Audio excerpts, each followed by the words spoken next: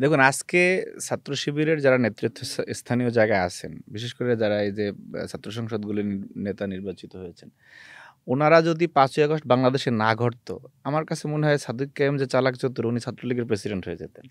ঠিক আছে? বা ফরহাদের তো ছাত্রলীগের পদই ছিল। সাদিক কায়েম যে ছাত্রলীগের খুব ভালো মানের কর্মী ছিলেন। আপনি যে ঢাকা বিশ্ববিদ্যালয় সম্বন্ধে আপনি ঢাকা বিশ্ববিদ্যালয়ের ছাত্র ছিলেন। আপনি জানেন যে ঢাকা বিশ্ববিদ্যালয়ে হলের যারা ক্যান্ডিডেট হয় তারা কতটুকু রাজনীতি করলে হলের সভাপতি, সাধারণ সম্পাদক ক্যান্ডিডেট থাকে।